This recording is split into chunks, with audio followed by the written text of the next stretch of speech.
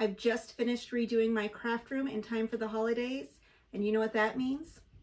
I need a Hexmas tree.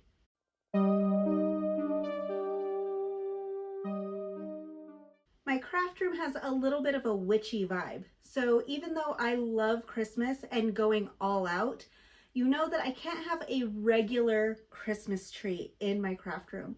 I have to do something with a little Hexmas twist. Now, you could probably guess, I have already a collection of ornaments that can be used for a Hexmas tree, but I really wanted to do something a little bit extra because it is my very first Hexmas with my redone room. So I have found this picture on Pinterest and I just completely loved the vibe of it. It's a little bit cute, very pretty, but also a little bit spooky. Perfect. That's exactly the vibe that I'm going for. If you have followed me on social media at all, you probably know that I have a huge soft spot for spider webs and roses. I have several dresses with this motif. I do try to incorporate it into a lot of my designs. My Labyrinth of Jareth ball gown that I made was basically spider webs and roses. So obviously Skulls and Roses is right there in that kind of theme. I am going to be incorporating my own little twist, so there will be spiders and spider webs and creepy crawlies, but I did really, really love those skull ornaments.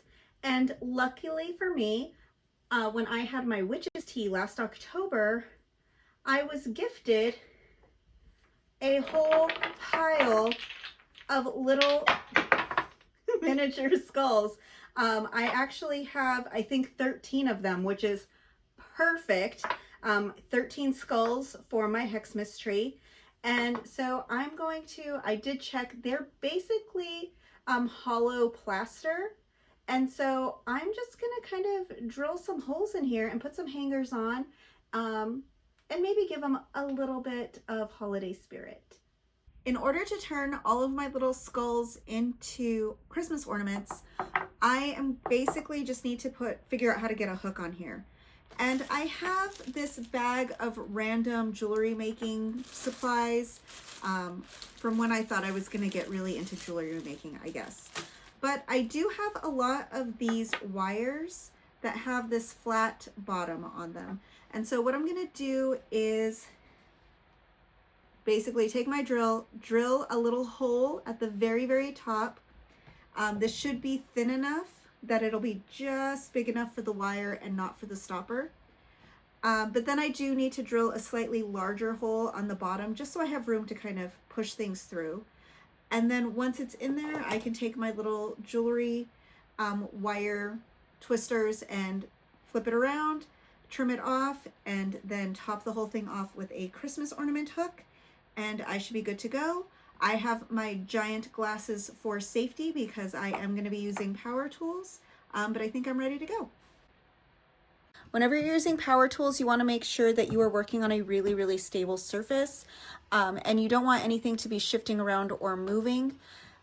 This is just my fold-out sewing table. It is not very secure, and these are just round and round and round.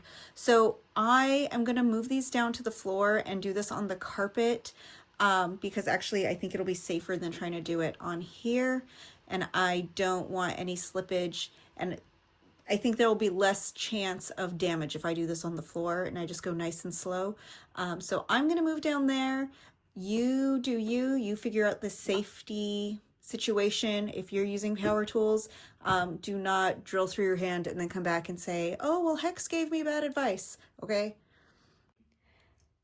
First things first, I just want to mark where I'm going to drill my hole. So I'm finding that kind of nose ridge. I'm making a line right here.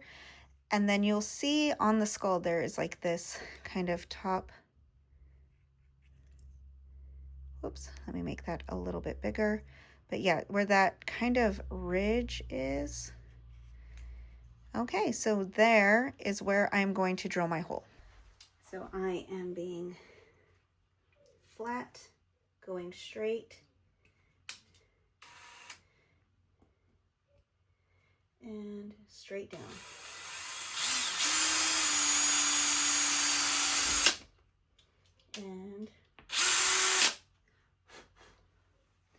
And there you go. Once I finish drilling all of these top holes, I'm going to flip them over and using a 1/4-inch drill bit, drill a hole on the flat base. So I just need to be a little bit careful because I'm going to have the round part of the skull facing down. Okay, that was not filmed because that was not at all safe. So, I mean, look at this one. Do you see how thin the plaster is on the base of the skull? Look at this. Oh, can you see how thick that is? That's how far down I had to drill. I was terrified I was going to bust this thing in half. Look at that. Where is the quality control? Well, I broke one. Considering that I got the rest, I guess I shouldn't be too surprised. But like, look how thick this is. Okay, so like, look, I'm gonna put this dowel in, and the dowel is right there. That's how thick the freaking plaster was. This thing is only that big, okay? This was like literally a half. It was a third, a half. Insane, insane. This was way too much plaster on the bottom of this guy. I haven't decided what I'm gonna do, if I just wanna artfully leave him with a cracked skull. Maybe that's kind of cute. I don't know that I'll try to fix him. Yeah, I think maybe he'll just have a cracked skull and I will do some cool glue thing or something. But other than that, I am ready to clean these guys up and put the wires in. So I've cleaned this up. You can, oh, there it is. So you can see the hole. I'm going to just put this through. Try to find the hole. I'm trying to do this through the camera, so come on. So you can take part in the act of creation. Come on. Okay.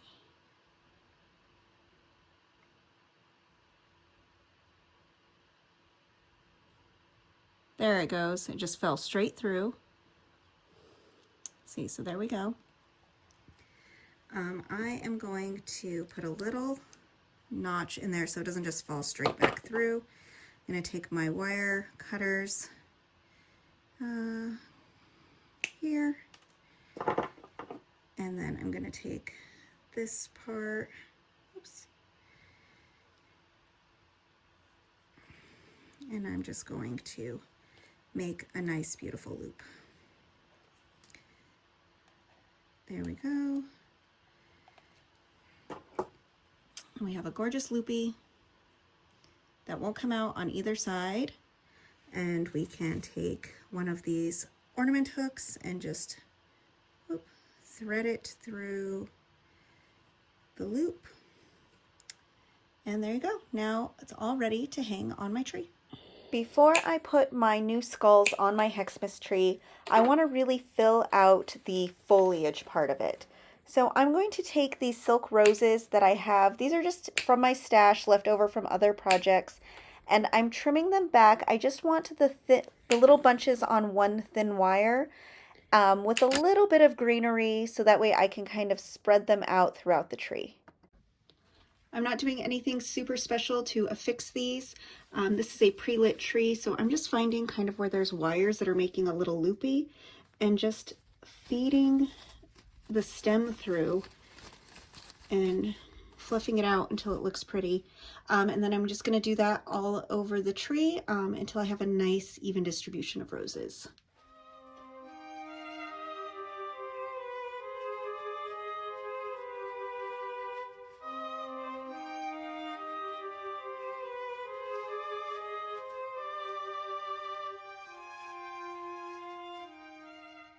My last skull is ready, and that means it's time to finish decorating my Hexmas tree.